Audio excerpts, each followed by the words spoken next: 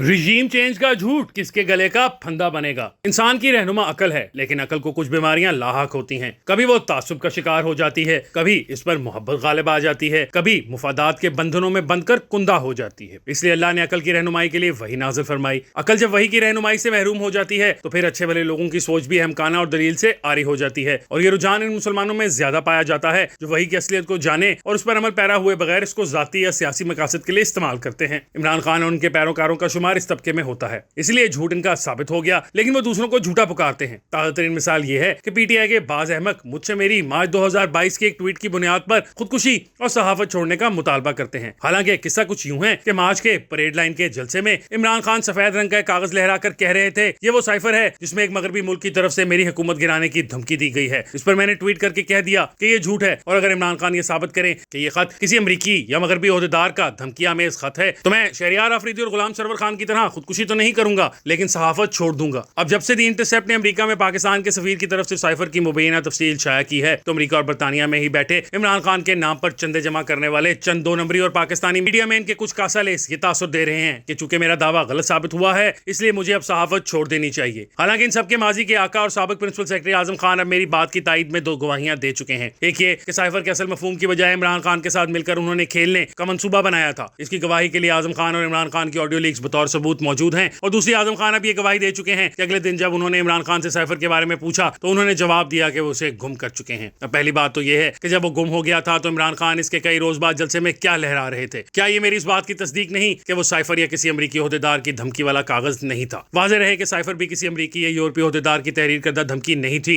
बल्कि वो पाकिस्तानी सफीर असद मजीद की तहरीर थी जिसमें उन्होंने डोनाल्ड लू के साथ मीटिंग की तफसीलात और इस पर अपना तबसरा बयान किया था। सबसे बड़ी हकीकत यह है कि साइफर का रंग सफेद नहीं होता। जबकि इमरान खान सफेद कागज लहराया करते थे तो हकीकतन वो साइफर भी नहीं था, बल्कि अब तो आजम खान कह चुके हैं कि इमरान खान के बकौल वो इसे गुम कर चुके थे। यूं ज्यादा से ज्यादा वो साइफर का वो ट्रांसक्रिप्ट और मफहूम हो सकता है जो उन्होंने खुद इससे खेलने की गर्ज से तैयार किया था और जो मनपसंद सहाफियों को भी दिखाया गया था। अब वक्त ने मेरा दावा दुरुस्त साबित किया है, लेकिन अमेरिका और बरतानिया में इमरान खान के नाम पर माल हड़प करने वाले कह रहे हैं कि मैं झूठा साबित हुआ हूं और द इंटरसेप्ट की स्टोरी ने यह बात सच साबित कर दी है कि इनकी हुकूमत अमेरिका ने गिराई है। अरे अकल के अंधो, अगर अमेरिका ने आपके लीडर की हुकूमत गिराई है तो फिर इस अमेरिका में बैठे क्यों हो? बीजिंग या मॉस्को चले जाओ, कुछ तो शर्म करो। और इन अमेरिकी ओहदेदारों से तो अपने आप और इमरान खान को बचाने की भीख ना मांगो जिन्होंने बकौल आपके लीडर की हुकूमत खत्म की है। हालांकि इस मुबैना साइफर में यह बात भी डोनाल्ड लू ने कही है कि इनकी हुकूमत का असर हदफ अब चीन है। चीन के साथ मामला सबसे ज्यादा इमरान खान की हुकूमत ने खराब किए थे। इस तनाजुर में इमरान खान अमेरिका का बहुत बड़ा असासा है और शायद इसीलिए इनके हक में मॉस्को या बीजिंग से नहीं बल्कि ज्यादा आवाजें अमेरिका और बरतानिया से बुलंद हो रही हैं और इनके सब भगोड़े साथियों तर्जुमान इन ममालिक में पनाह ले रहे हैं। दूसरी बात जो इन अहमकों के बयानिए के खिलाफ जाती है कि पीटीआई हुकूमत की जगह लेने वाली हुकूमत ने चीन के साथ ताल्लुकात में दोबारा गर्मजोशी पैदा की, सीपेक को ताज़ा किया, रूस से तेल खरीदा, जबकि अमेरिका ने उल्टा IMF से इसकी नाक रगड़वाई। माजी में आर्मी चीफ पहले सऊदी अरब और फिर अमेरिका जाया करता था, लेकिन मौजूदा आर्मी चीफ सईद आसिम मुनीर सऊदी अरब के बाद चीन गए हैं, जबकि अभी तक इनका दौरा अमेरिका न हो सका। ये अहमक ये भी नहीं सोचते कि खुद इमरान खान भी मानते हैं कि पाकिस्तान की खारजा पॉलिसी फौज के कंट्रोल में होती है। अब क्या अमेरिकी अहमकों जैसे अहमक या बेखबर हैं कि इन्हें ये भी इल्म नहीं कि अगर जनरल बाजवा ना चाहें तो इमरान खान अमेरिका या रूस के साथ ताल्लुकात में कोई रद्दोबदल नहीं कर सकते। अमेरिकी यकीनन चीन और रूस के साथ पाकिस्तान की कुर्बत पर नाराज हैं और इस साइफर में भी इसी नाराजगी का इजहार किया गया है। लेकिन अगर उन्होंने रेजिम चेंज करना होती तो फिर इमरान खान जैसे कठपुतली की बजाय जनरल बाजवा के खिलाफ साजिश करते और इनकी जगह जनरल आसिम मुनीर की बजाय किसी अमेरिकी चमचे को आर्मी चीफ बनवाते। हालांकि ज़ल्मे खलीलजाद की ट्वीट और मगरबी ममालिक से जनरल आसिम मुनीर के खिलाफ और इमरान खान के हक में मुहिम से वाज़ेह होता है कि अमेरिका का मोहरा कौन है और मुखालिफ कौन।